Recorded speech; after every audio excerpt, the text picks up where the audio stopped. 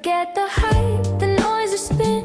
The future's human deep within. We're not machines, we've got a heart. It's time for values to lead the smart. Tech with soul, that's how we rise. Hands in the dirt, head in the skies. We're not afraid to break the mold. This is the story that must be told. AI for good, yeah, this is the way.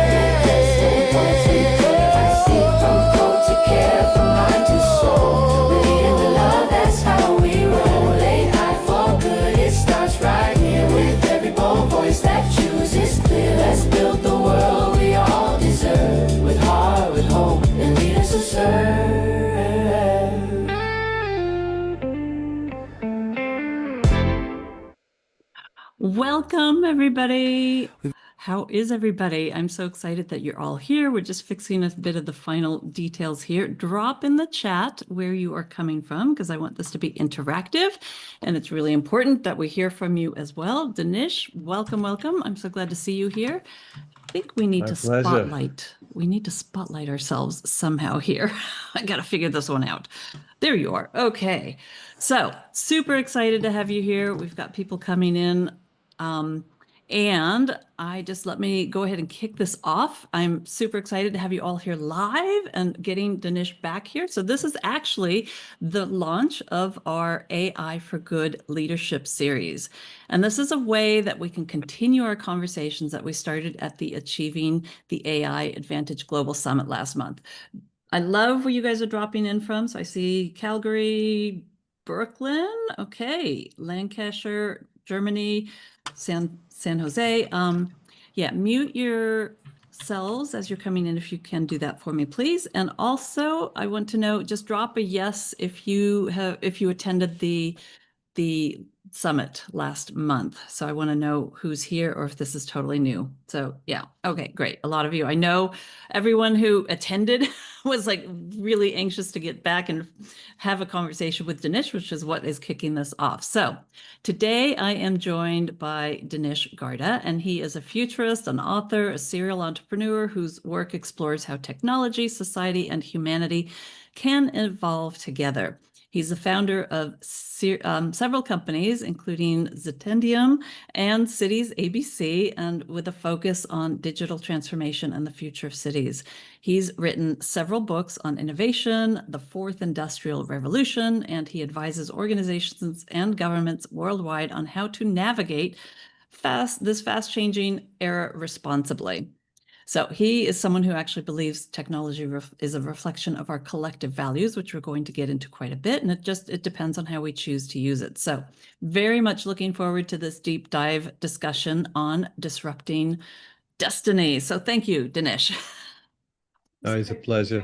Thank you so much, Karin. Well, hello, everyone. Great to have you here. And we do want you to be interactive here on the chat. So even if you haven't seen Dinis, this is going to be a treat for you. I am hearing a little bit of feedback on the background on just if you can mute yourself, that would be great. We're going to just use the chat function for getting questions. So please do that. Thank you very much. All right. So I know we have, just till the top of the hour here. And thank you all for joining live. It's fabulous to see you all here.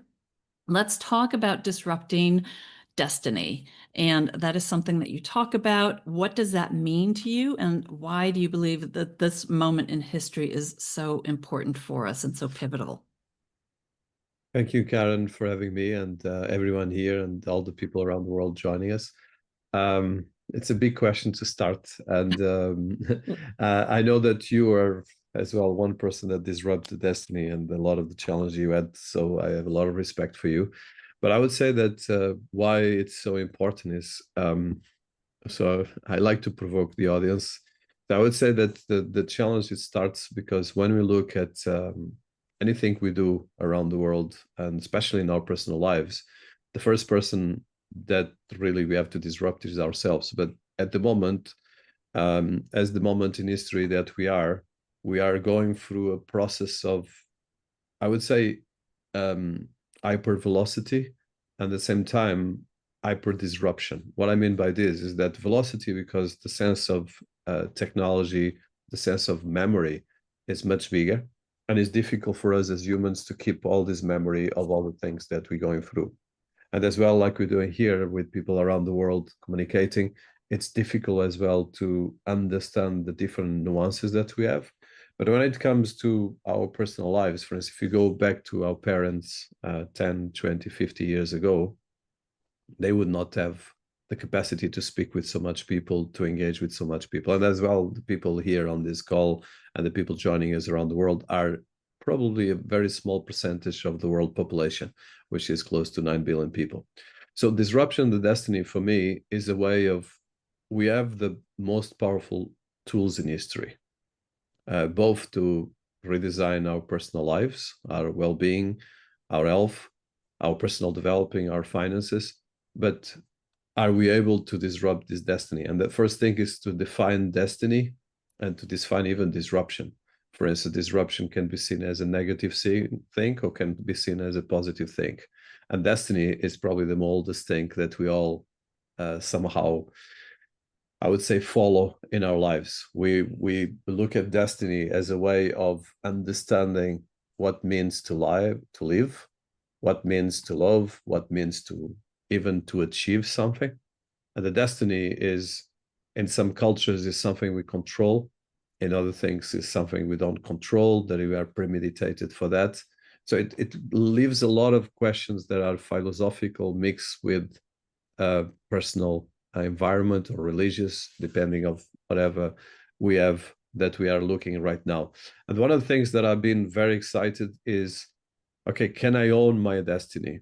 I always, so if I look at my personal life, I come from a very, I would say, well-being family, small family from a small village in a country that is Portugal.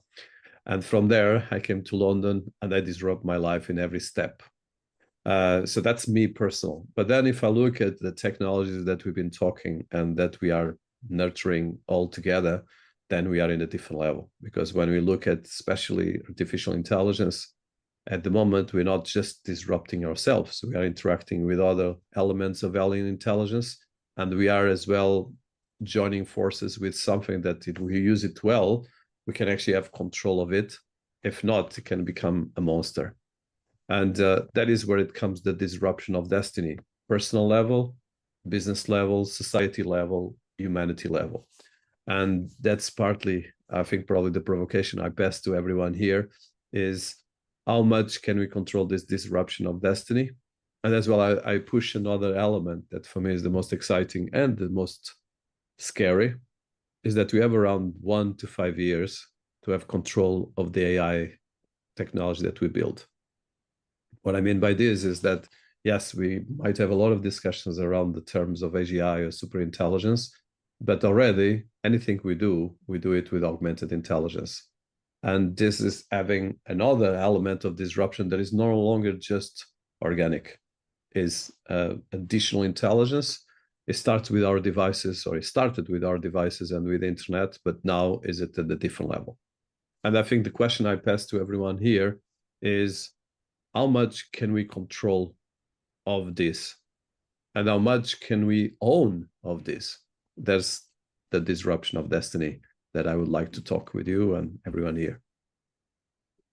I based on that, I would love to ask a question to everybody who's here. Just drop in the chat if you are excited for the future or you're scared for the future. I'd love to get kind of a reading on that, because it really, depends on our perspective, I think, where people are coming from. And I think you're so spot on to talk about it from, we start on an individual level, move on to, our teams around us, basically, in businesses, and then governments and countries, and then humanity. So I'm seeing a mix of both excited. I'm seeing more excited than, okay, curious and excited. That's great. Bit of both. So yeah, some are pensive. That's good. And yeah, there's definitely a lot of work to be done around the rise of consciousness. Thank you for that, Birgit.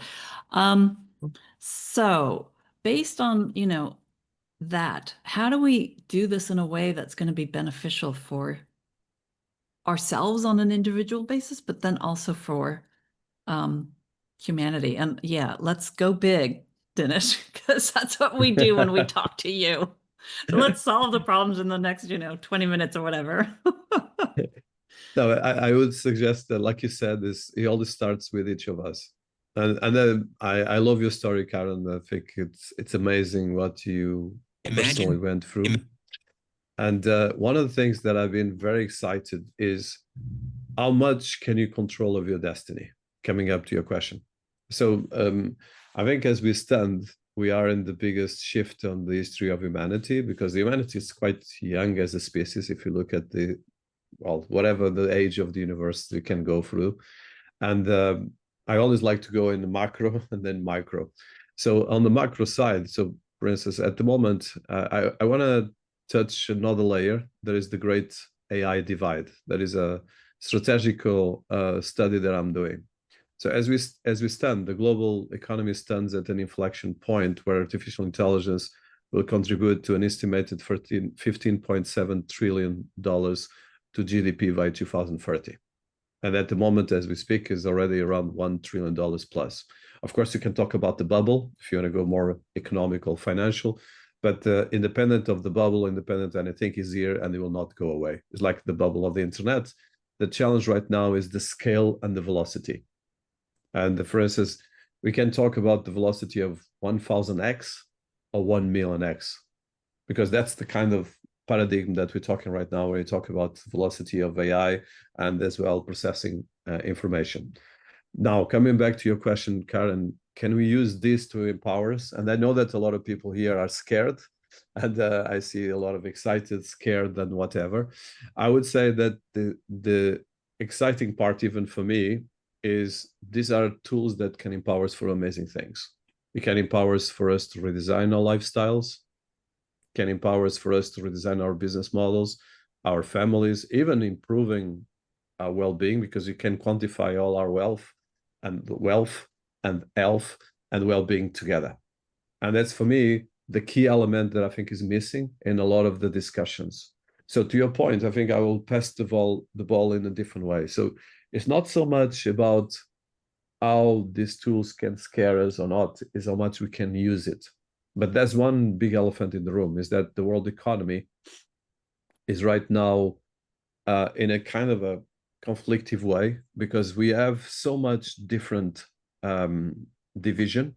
And I can even talk about something like the anatomy of division, that is understanding. So in one end, we have 10 countries, only 10 countries, that have more or less a strategy for AI. We're talking about USA, China, Japan, Germany, UK, India, France, South Korea, Canada, and Australia. Most of the other countries are following these countries in one way or the other. And even on these 10 countries, probably 2 or 3 are leading everything. So coming back to how we bring this macro, and this is actually normally my personal problem, how we get the macro to the micro, and as well, how we don't get lost. So to your audience and for us, all of us here, at the end of the day, it's how can we quantify what matters to us? For instance, yesterday I had a talk with a friend of mine, and it was a fantastic talk because he was saying something that I've been reading, but it's interesting that he told me about. He's not a technology person, but he's my partner. And he was saying, okay, so in 100 years, all these streets that we are right now living, or all these houses, most of them will be inhabited by another people, probably all descendants of other people. Some of them will forget about us. If we are lucky, some of them will have memories of us. And then on the scale of humanity, okay, so 100 years is nothing, or on the scale of history. So when it comes to AI, this velocity is bringing a level of philosophy and velocity that is something that is not something that we as a civilization, as decades, can live. And on this call, I think all these layers are happening as we speak. And I want to provoke everyone now, probably getting out of this episode, is, for instance, can we imagine, so if we do an exercise with all the people here on the call, is the exercise is, okay, can we leverage, do an analysis, okay, what do we want to be in 5 years? Do you want to be in 5 years in terms of our personal lives, and of course, everything related with our personal well-being, health, then wealth, then as well in terms of our families, loved ones, and so forth. So when we start doing these questions, then things become much more coherent and much more powerful. And this is one of the things that I've been trying to do the exercise. And I think for the sake of our audience and the things that we are discussing here is if I would ask whoever is, I think in our audience, probably we have a big percentage, but who has kind of control of these AI tools and know how to use them for important things, or at least to control their lives, then it becomes a big challenge. And for me is the kind of the question that I'm obsessed about answering is, can we start using these tools right now to empower us and to have this kind of control of our destiny? So what is the exercise you want people to do? Like put it in order in terms of what's important for them with health, wealth, family? So let's start with one simple question. I think that would be an interesting one. So the question is, from 1 to 10, how much do you think you control AI or your use of AI? Ooh, good question. Okay, drop in the chat, you guys. Let us know what you think on that one. Yeah, and you know, this exactly what just happened. It just brings back this whole ethics and morals and values and, you know, how do we use things? So, okay, people are dropping in. Okay, someone does not use AI. Okay, 2556 is the highest number I am seeing so far coming through. That's great. So this is actually, when we start quantifying this, we start immediately having a bit of control of destiny. And for instance, for the lady that says doesn't use AI, you are using AI.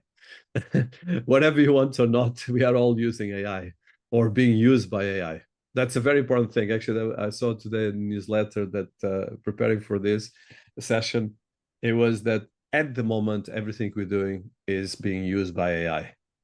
All our data, everything. So for instance, for the people that are in 2%, I think you have a chance. I think, for instance, for Jasmine, definitely you are using AI, whatever you want or not. This talk is with AI. For instance, the person that somehow acted this presentation was done with some kind of algorithm that mostly took control of some of the Zoom and had access to that. So we are all using AI, whether we like it or not. Our phones are monitoring us 24/7. They can control more things that we don't even think about it.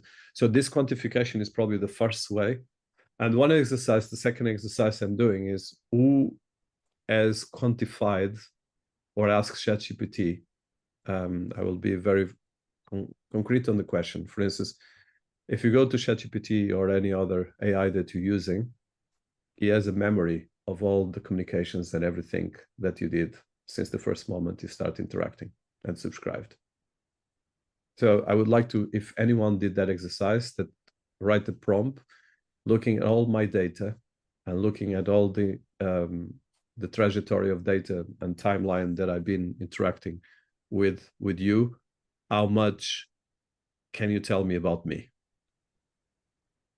Yeah, that's I don't know if I've prompt. But this is a fantastic prompt that if you do this, you have a control probably of things you never thought about it. And I'm seeing that we have a great audience here because we have a lot of people with 5 and 6. So that's great. So for instance, asking right now, yeah, for instance, Jasmine, she asked being used by is using. So yes, we are being used by AI, but that means how we use it is different. Okay. So and if I can just jump in, because I mean, yeah, please. the big companies like Amazon and Google and Facebook and all of them have been using AI for years. So, you know, all the new movies that are recommended to us on Netflix, that's AI. It's just become, it went viral basically, what, 3 years ago now, so that everybody could use it. So Yes. we've been interacting with AI for a long time and maybe not knowing it. But then, you know, it comes back all these questions about security and, you know, our private data and what do we do about that? Yeah, there's a question on the chat about ID. AI ID. So that's why I asked the prompt. We did the prompt because this prompt is a great way for you to quantify your own data and your own personality. It really helps a lot. And I suggest everyone here that does that exercise, because I've been doing this exercise on a regular basis. And for instance, even on my personal brand, it actually gave me the most astonishing results.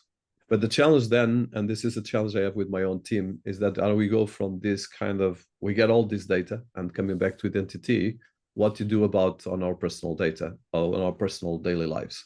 And that's where it becomes the futurology or the present and how we take control of that.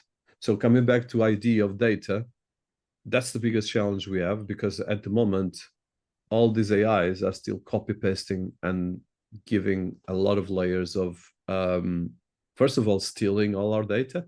Let's put it that way. And secondly, for instance, even this on this interaction, all these chats, they will stay on the servers of Zoom. And at a certain point, if something happens to Zoom or something happens, Zoom can sell our data. Because I remember that, like you mentioned, Karin, we're using this for a long time. But I remember 10 years ago, actually it was 15, I went to Silicon Valley and I was with a startup that told me that they bought the entire database of a chat that was owned by Microsoft.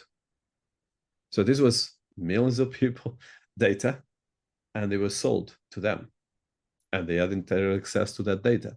So a lot of these AIs are being fed out of this data. So I think this exercise that we do, this is where it comes the theory and the practice layers. And as well, I love what you're doing with your community as well, because it's how we progress with these communities, how that we can actually empower ourselves.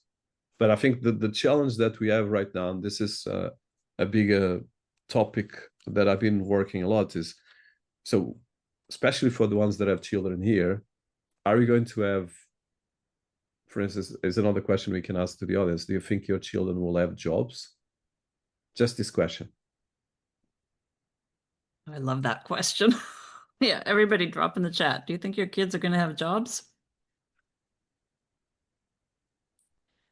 Not in the traditional sense. Work, yes. Jobs, no. Yes. Someone said their young child was, or 20-year-old was laid off and moving back home. That's a lot happening in a lot of different countries. People are saying absolutely people are going to have jobs, different ones, different structure. Yes, yes. Not the ones that they just graduated from university with. That's like another whole topic there too. So hopefully, yes, things still have to get done. So it seems like most people here kind of think that people will have some sort of job. Not immediately. Okay. I think that's going to be completely disrupted. Yes. I don't And think as our kids are going to have jobs, or our grandkids, whatever it is. I Something is believe the changing. same. I think the 9 to believe 5, 5-day a week is obsolete. It's old industrial based, and that's going to disappear.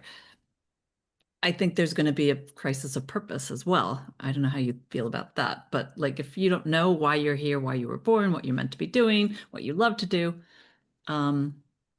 yeah, and exactly. Rudy wrote, hopefully more purpose than job. Yeah, but for instance, all of us here are privileged. For instance, Karen, you are in Sweden, I'm in London. So if you look at, I was in South Africa last week, and to be honest, I spoke with a lot of people. Most of the people have no clue about AI. And I'm talking, actually, I was with sophisticated people. So one of the challenges I'm finding right now, coming back to this point of what means work for us, is that work is give us purpose. Okay. And so if you're going to have all this super advanced technology, but this technology is stealing our purpose, or at least stealing our sense of being part of a company, being part of an organization, this is going to create a lot of challenges. For instance, there's a fantastic study, for instance, if you go until the 50s, 90% of the jobs that we have now didn't exist. But there were jobs in agriculture, jobs working for governments or families, mostly with families and so forth, around the world, with the exception probably the US and more advanced countries. So what you're going to be having right now is we have 5 years to redesign the present and future of work. And this present and future of work will have a lot of, like you mentioned, Karin, even in terms of health. For instance, we spend a lot of time with computers that at the moment our eyes will have different parts. And at the moment, for instance, Matt is coming up with trying to replace our mobiles and desktops with glasses. That is going to happen as well, potentially in the last 5 years, depends of a lot of how the user adoption will happen. So we're going to have definitely a huge amount of disruption that we're not probably still understanding how big it is. That's why I mentioned the great AI divide. And there's a divide from a country perspective, a divide as well from a society perspective.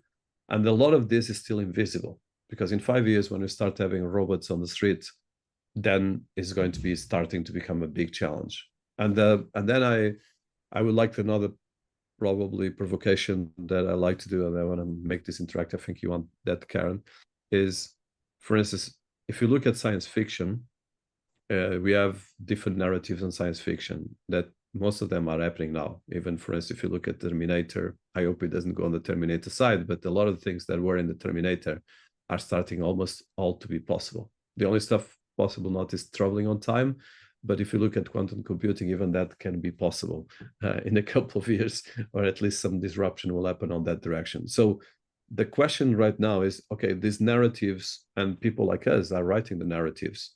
For instance, we can bring this to our companies, we can bring this to our families, to our children, to our teenagers. But at the same time, is, for instance, at the moment, I think everyone here is part of the creator economy. And we are building brands, and we engage these brands through social networks. And then we use AI to augment and to amplify our brands and to create content that engage with other people and with algorithms. So it's how we're putting all of this together. And there's a couple of interesting things that I will probably, if I can share one slide, I would like probably just to highlight this slide. I think is interesting. Probably just as a data, I don't know if I have sharing access. If not, I can send to you, Karin, to your team. No, we'll get you there. There you so go. Yeah, so you should be able to share now. Okay, fantastic. So I'll just share this slide. It's a very interesting slide that I've been working. So I think you can see my screen now. I'll just put it shortly. So this is the creator economy statistics. Okay, so I think we all are part of this. Okay, so if you're talking about this, there's 61% of creators that have a revenue share of advertisement, and these are mostly the major areas of revenues that exist when it comes to the creator economy. And if you see, the small business on social media is 168 million around the world. And this is data from last year. And then Instagram accounts with over 10,000 followers, 102 million. Facebook groups, 81 million. SoundCloud, then it becomes smaller and smaller. For instance, if you look at TikTok, accounts with more than 1,000 is 4 million, although it's over 1.5 billion people right now. So there's a lot of opportunities here. I think, Karin, you can enter some of the people who want to come. So for instance, even OnlyFans accounts is 1.2 million people. That is interesting because this is a new revenue stream that didn't exist just a couple of years ago. And then I did a study. I just want to share this. This is interesting for us, everyone here. So if you look at the creator economy market, it's estimated to be worth 250 billion, and it's projected to double to 500 billion by 2027. And there are about 4.2 billion social media users out there. We are all part of that. And the revenue projection is 480 million that is going to happen. So the market size is massive. And very interesting thing is, for instance, we are, all of us here are part of creators in one way or the other. There's 207 million creators. So if you look at the ratio between data, it's quite interesting how we can look at this. And I think the point is, can we create this great economy with the gig economy to empower our children and the ones that come afterwards? Because that's the biggest question. And I'll stop here, but I think these numbers, I think, highlight some of the context and as well the possibilities, because for instance, how we define influencer versus creator and the data variability that we have around this. Because I believe, for instance, yesterday there was a fantastic interview that I saw, and I found with Marquez, that is a big YouTube podcaster, and he was interviewing the CEO of Instagram, and he was asking, when is going to Instagram start to pay to creators? So the point is that we have $1 trillion companies, and for instance, NVIDIA is an interesting one. NVIDIA is a $4.1 trillion platform or company with 36,000 employees. So what is the value that they can create for the world economy? Bear in mind the value that they have. So this is the paradox, okay? Because NVIDIA needs influencer like us to talk about them. So it's this kind of questions that you have to ask, and that's the opportunities that I'm excited, but I'm realistic as well. So I want to highlight this, and that's the disrupting our destiny is about looking at data, quantifying how we can apply this to our personal lives, and being very focused on to get results. And then, of course, there's, and I think, Karin, you touched that in your last event, is that the ethics around the control of this, because if I'm competing with another influencer, if I'm competing with a brand, I need to see how am I going to be picking my ethics if I'm in Europe, if I'm in Africa, if I'm in Asia, or if I'm in China, which is a completely different set of ethics. So this is kind of all happening as we speak, but there's a lot of opportunities. Of course, this brings a lot of opportunities, but a lot of this is, I always tell my team is, I cannot give you the fish, but I can tell you how to fish, but you have to learn how to fish. And that's exactly what these tools are bringing to us. But these tools as well creating a numbness feeling, because there's 4.5 billion people playing games every day. And how much of these people are making any money?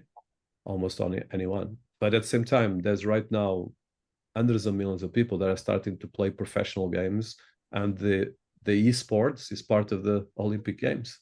Actually, the Esports Federation is the biggest Olympic federation. And these guys sit in a computer playing games, and ladies. So these are a lot of new opportunities, but a lot of considerations that we need to think about it. I'll stop here to digest. You know, a very popular question is, what keeps you up at night? Why can't you sleep? And the thing that keeps coming back, like the slide you talked about where it's, you know, showing 10 countries and the 195 or whatever other countries, like where's the voice for them? And the ethics of, you know, and that's why I'm really kind of very emphasizing very much about the leadership, because if we've got good leaders in companies, you're going to have people that are doing well in their jobs and they're balancing all these different things out.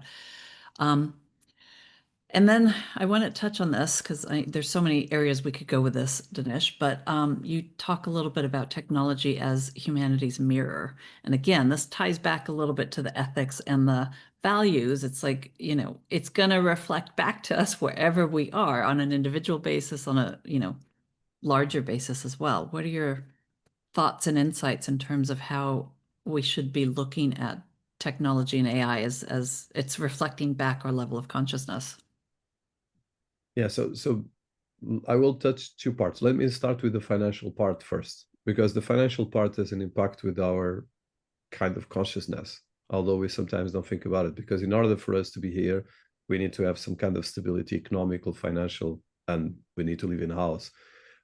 So for instance, there's a fantastic comment from Martin Michaud that he said 200 million creators for 480 million of revenue, it's $2 per creator. That's the reality. Most of the creators are not making money. Okay, but they're still here like us. Most of us are doing a lot of jobs to be able to be here and learn and coach ourselves. So that's part of the consciousness, is that you have to have a minimal sense of financial stability and economical stability. And for instance, you live in Sweden, that is one of the most stable countries in the world. And for instance, Finland just created a mandate for every child in Finland to have financial inclusive education. And this is a big challenge, especially that touches what you're asking about, how we put this together. But I want to just provoke a bit more on that level, is that at the moment, coming back to NVIDIA and all the top 10 companies in the world, these companies have more power than any country in the planet.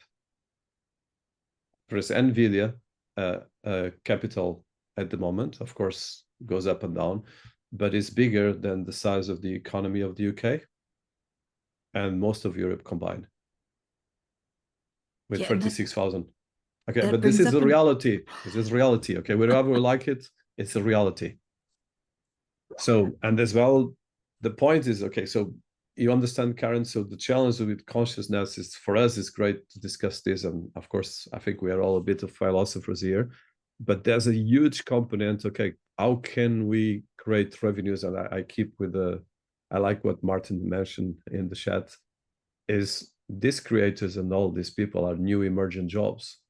But still, this is 200 million. So that means there's still 8 billion people that are still living with around $100, $200 per month. If you go to Africa, if you go to Asia, mostly is not much more. Maximum, the average around $500 to $1,000 per month. So we have a paradox of the world economy. We have so much wealth and so much inequality. And of course, we're still better than ever in history. But at the moment right now, what I feel that these AI tools, coming back to the topic of the call here and the destiny disruption, is our capacity to own our destiny with these tools, not the other way around. And this comes to some of the even the comments here from Jasmine, is that I think will be people in the future be paying for the same things as their jobs to contribute to.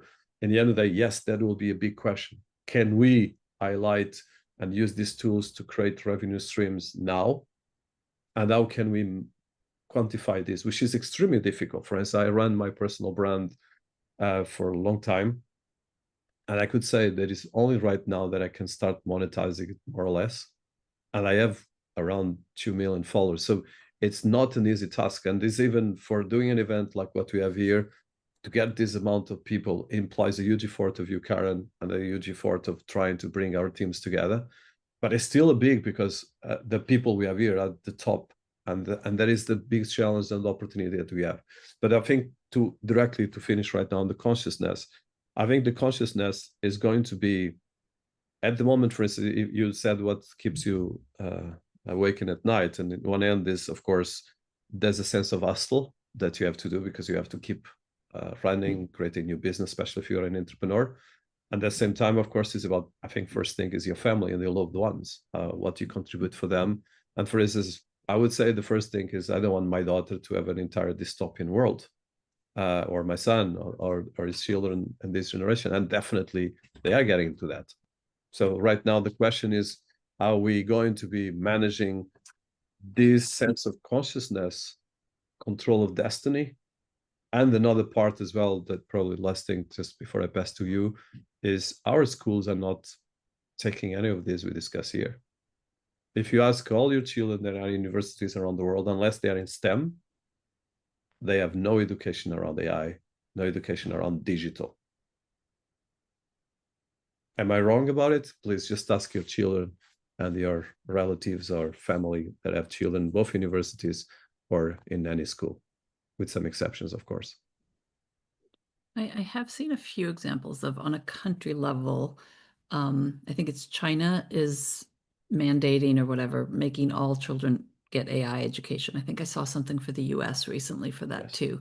Singapore has, offered education for anyone over 50 or 40, I think it was, to learn AI when it was, coming out a couple of years ago. So, I mean, there are things like that, but you've mentioned a point over and over again, and we are a bit of the, more privileged people. And, how is that going to impact? And there's this huge disparity. And I'm hoping with AI and technology that it can balance it out, so we have a world that's abundant for everybody. I mean, that's kind of the path I would love to see us all taking. And I think it comes back to, again, values and ethics. You do talk about the internet of value, and I'm really curious to know, let's touch on that, and what does that mean for you? And, is that something we can all start to work with somehow? Yeah, so I think we are all part of the internet of value. So what I mean by internet of value is the sense of creating a value out of the usage of our internet. For instance, I mentioned people playing games, and this is a big challenge. For instance, I've been teaching in universities for a long time. At the moment, I don't teach, but I still do guest lectures, and I always provoke my students. And from the hundreds of students that I taught in the past, I think I had 2 or 3 students that had kind of very basic digital skills.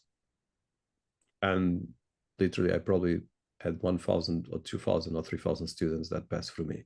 So I'm just saying right now, so the internet of value is how we can actually, again, activate this value around our use of the internet that, first of all, brings a sense of control. And this implies a sense first of avoiding the divide and understanding. So I would like just to show this graphic. I think it's an interesting one for answer to your question. And this is kind of the problem we're solving when it comes to the Internet of Value, or the problem we're solving when it comes to the areas of, I guess it's loading right now, but it's an infographic that I did to look at the 3 levels of AI divide. And for instance, when you talk about Internet of Value, we talk about AI value.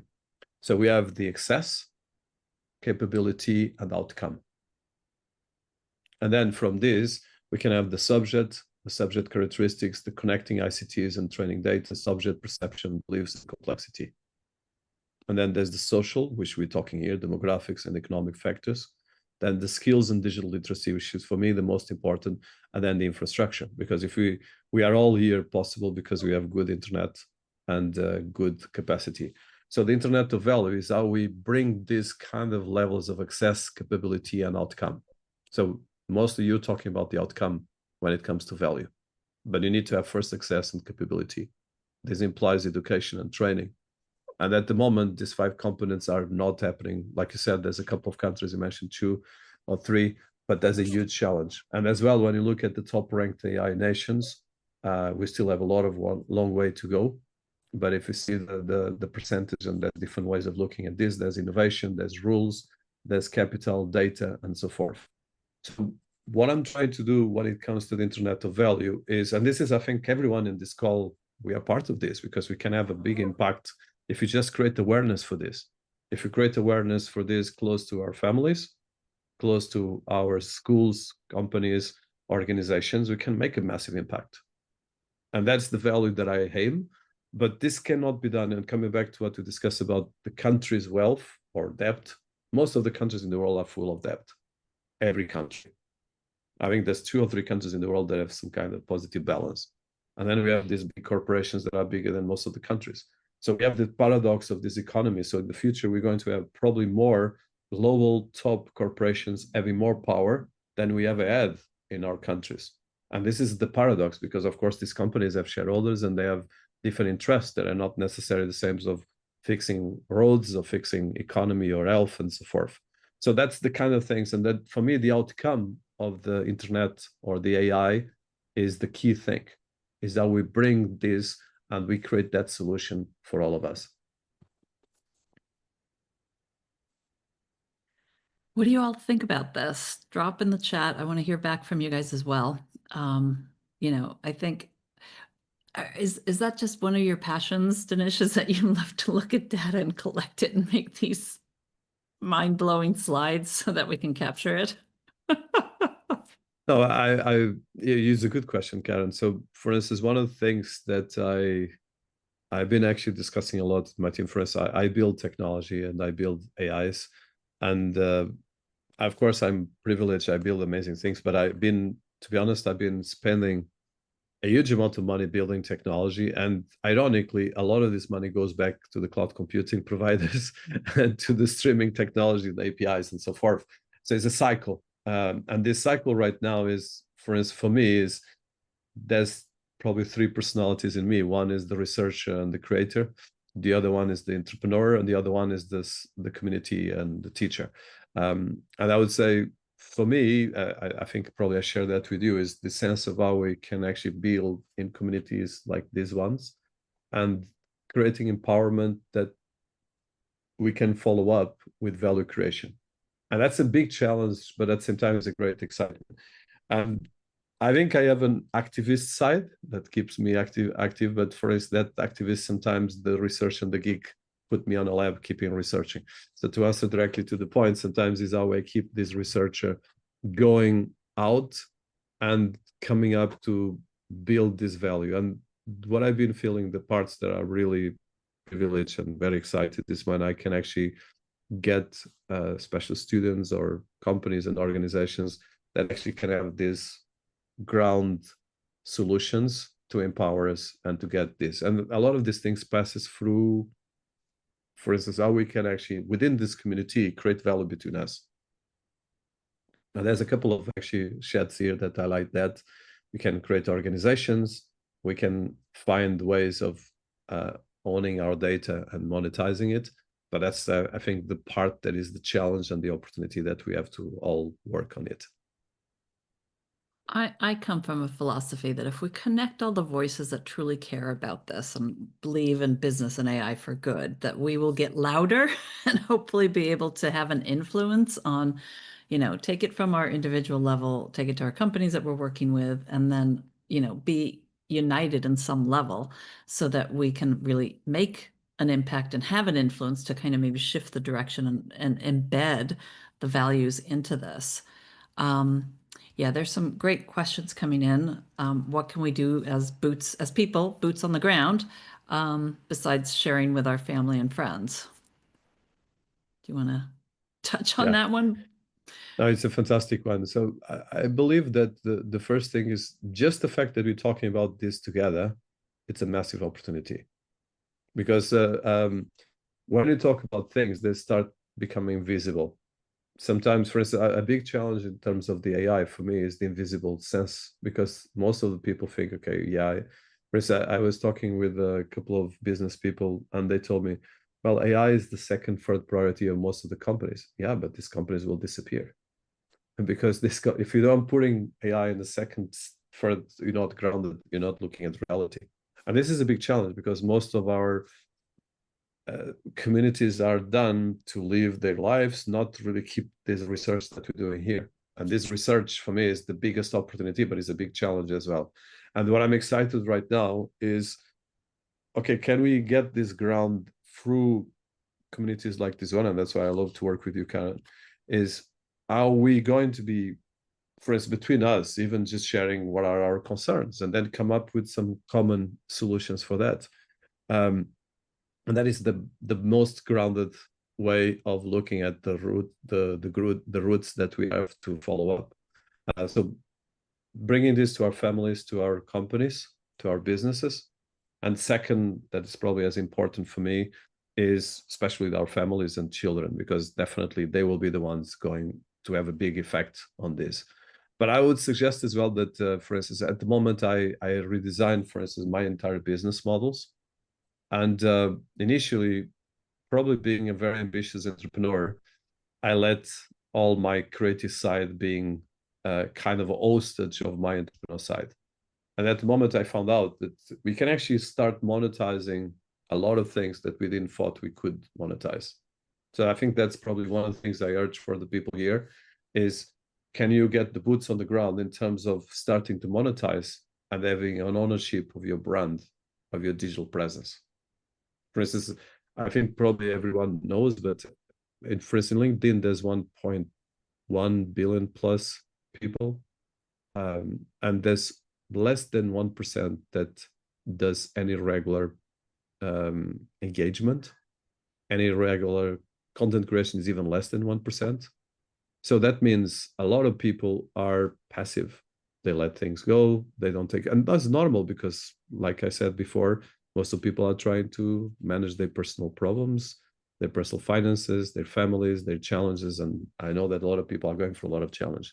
But at the same time, if you just put a bit of effort to try to own that, it comes back to your question of destiny. You start owning your destiny. And I think that's the biggest question in our civilization, because in the past, so humanity is around 10,000 years, at least in terms of organization, civilization wise. And from this history, all the civilizations were surrounded around religion, countries, and dictators. The 20th century is the first time, and as well, initially we had some tribes, the sense of tribe. And the tribe that we had matriarch tribes, patriarch tribes, and a lot of different things. But since we had in civilization, was always through these patterns. We are in the 21st century. We are still, a huge part of the world is managed by autocratic governments, and it's actually a very small part of the governments that are democratic. So we're still keeping the same narrative, but now we're creating a separate level, and this comes to the boots on the ground. The second level is the first time we have all this capacity of technology but not the capacity of understanding how to bring this into the Internet of Value or the Internet empowerment or AI empowerment. And that's the part to answer to this, that we have to reverse engineer these tools to serve us and to use them to find solutions. And we have much more power than you think. 30 people or 40 people here can have much more impact. For instance, if you saw Edward Snowden, he was one person and he did quite a lot of damage. Whatever you like or dislike, but effectively brought a lot of things to the attention of the world. It was one person alone. So I believe that this part of dynamics that we can actually integrate and build value. And there's a lot of things here, for instance, uses, profits, micro share, like Martin Michaud is talking. And are we going to be, if your country is in the top 30 or not top 30, that will be a big problem. But at the same time, is how we bring this to us personal, to our communities, because we are all in different countries in this group, and we all share common areas and common, at least, narrative. Okay.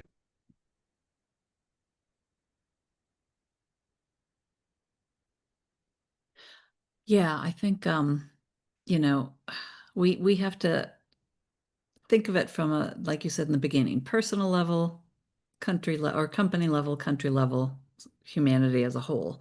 But I think, if we can find things that we can ground ourselves in, which is the values, the purpose, the mission that we're doing, it helps to guide us in a way that makes decisions a lot easier.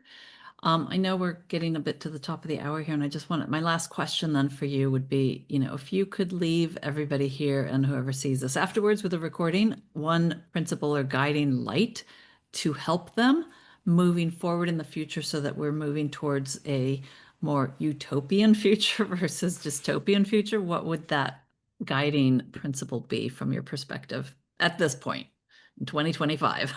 It's going to change next week, but yeah. No, the main principles are not changing. I think that's one thing. There's a great question from Adriana Vella, and I want to use that to answer to your question. What are your thoughts on research from MIT behind AI creating cognitive depth? So first of all, any big revolution, even when the newspaper started or the television or radio or internet, there was always a kind of a lot of panic and all that stuff. So on that level, humanity didn't change in the last 10,000 years. We still love, hate, we have fights, we need to eat, we need to make love, we need to make a lot of interesting things. So I think here, the sense of what means to be human is not different. Actually, ironically, if we use the same MIT studies, which there's a lot of contradiction, depends on the researchers, they say as well that most of the algorithms want to be loved. They don't like to be shut. And this is pure language models, not talking still sentient models. So I would believe that, I would not believe, I believe that at the moment is the power we have. That's what makes me very excited still, is we have tools that were never possible in history. I can use ChatGPT or Claude or Grok or Gemini or a lot of others to help me create entire books and research that would take me 5 years of life. So that's amazing. But then can I use this to improve as well my personal life and have conscious about my personal life by owning my destiny? So I think for me is that I don't think will be a big problem that level. Yes, some of these AIs will become as powerful as super beings, but at the same time, they can be taken down if they don't have an AI data center behind them, at least for now. So the point right now is, and it will take at least 5 years to get at that level of this utopian part. The problem, and I interviewed one of the biggest AI scientists in my podcast, and they said one thing I always remember: the problem is not a technology, is humans. It's us, for good and for bad. All the bias that exists in technology is coming from humans, not from tech.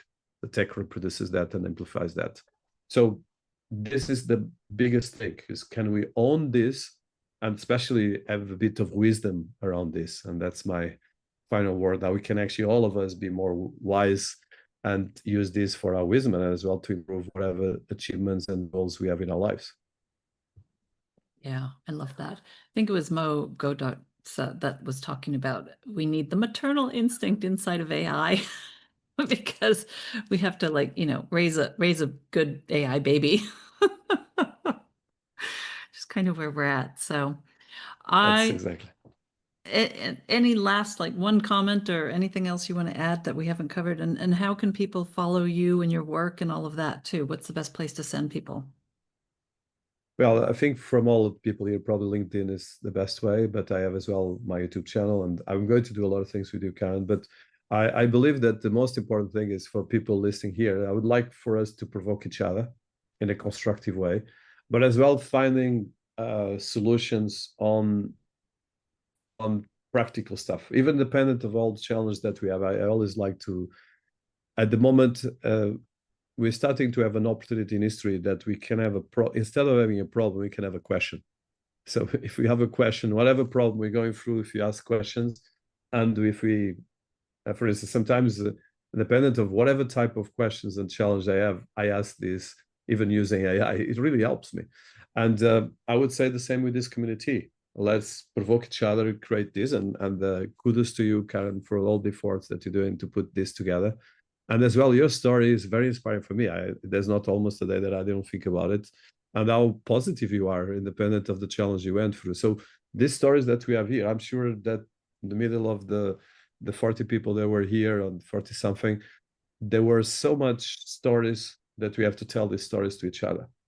And these stories are, for instance, it's not so much about the fear, but it's about the inspiration, but as well being realistic. It's very important. And it comes back to own your destiny. Great. Well, I have hope for the future. I hope all of you who are here and participated live have hope for the future. I think it's important to give people a bright light to move towards. And as you said, we just by talking about it and having these conversations, we start to create that. So I just want to thank you so much. Oh, and I see Sarah put in your link to your LinkedIn in the chat there. So that's great. And yeah, we'll be doing more of these types of conversations. I would love to hear from, you in our community. Who would you love to have next on the AI for Good Leadership series? I think that would be great. And again, thank you so much for your time, Dinis. I think you have a brilliant mind out there. We need to amplify, lift it up, and get these voices out there as loud as possible so that we can actually have that influence out there. So thank you. Everybody give Dinis some love for being here. I'm seeing lots of hearts and clapping, so that's great. And I'm going to close this out with my little Suno song that's the theme song for this. So listen to the words and enjoy.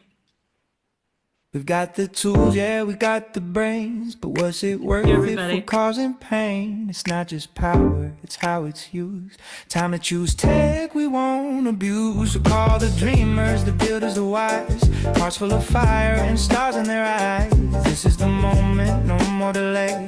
We're shaping tomorrow by what we do today. AI for good, let's go, let's lead with trust and purpose. We plant the seed from code to care, from mind to soul. We're leading with love, that's how we roll. AI for good, it starts right here with every bold voice that chooses clear. Let's build the world we all deserve, with heart, with hope, and leaders who serve.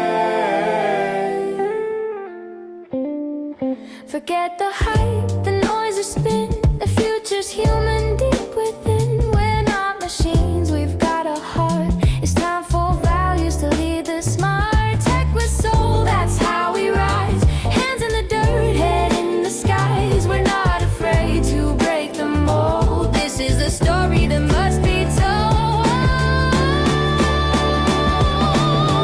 AI for good, yeah, this is the way.